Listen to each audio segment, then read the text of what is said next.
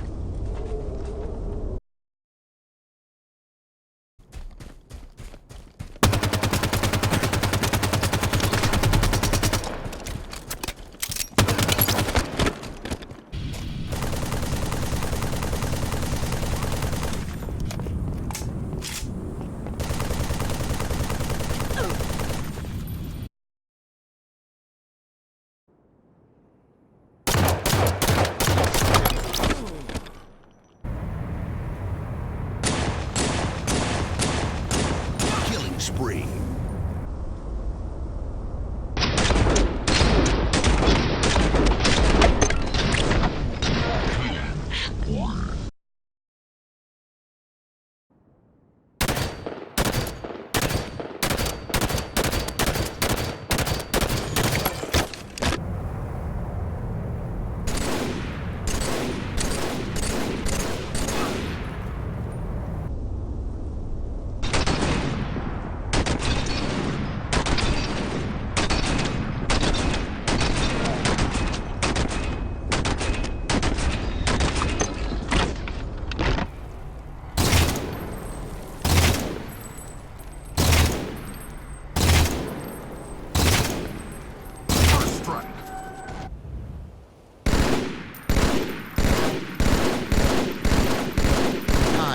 Leader.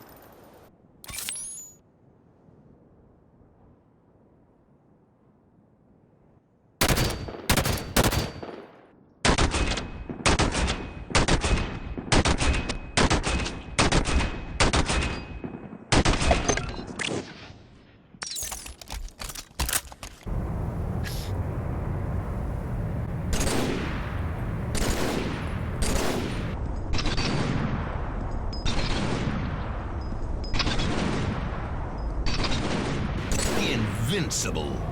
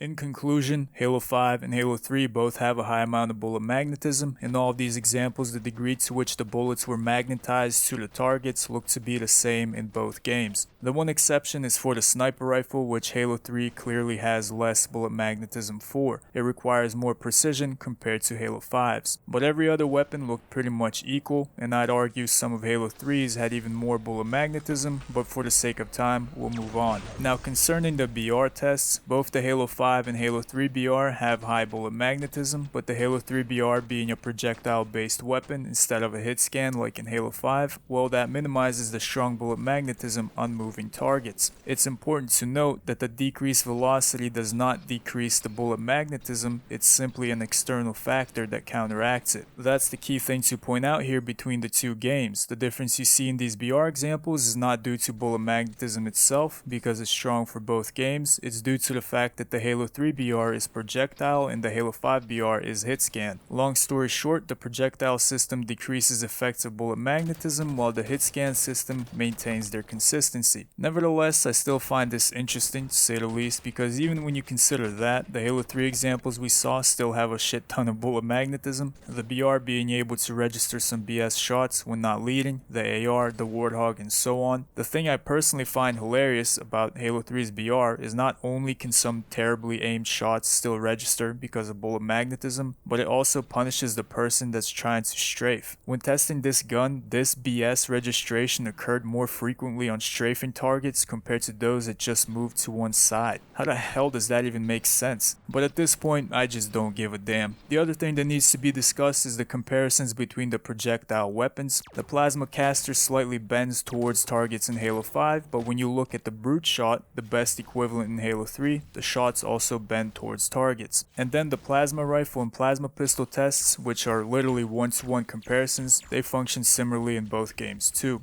Actually, I lied, because they didn't. Look at the stationary bullet magnetism area of the plasma weapons in Halo 5. Look how far off the target the reticle can be and the plasma bends towards the enemy. But whenever we do the movement test, the bullet magnetism area actually decreases. Look how far I have to place the reticle on the enemy just so it turns red and I get bullet magnetism to take effect. Damn, I need to have nearly perfect accuracy for bullet magnetism to be fully activated. So why would Halo 5 decrease the bullet magnetism box on moving targets if it needs to compensate for faster movement with more bullet magnetism? But you know what? In explaining this, I'm actually wasting my time because these examples speak for themselves. Halo 5 and Halo 3 both have high bullet magnetism, and as we saw with the bonus examples from other Halo games like Halo 2, Halo Reach, and Halo 4, the bullet magnetism looks to be similar across the board. The one Halo game that has almost zero or none of it at all is Halo CE, but that's not exactly the pinnacle of classic Halo. So to wrap it up, was bullet magnetism significantly increased to compensate for Halo 5's Spartan abilities? Well, if that was the case, then we would see a strong difference in these examples, but instead we see a strong similarity, contradicting and demonstrating that claim to be untrue. Thank you for watching, and until next time.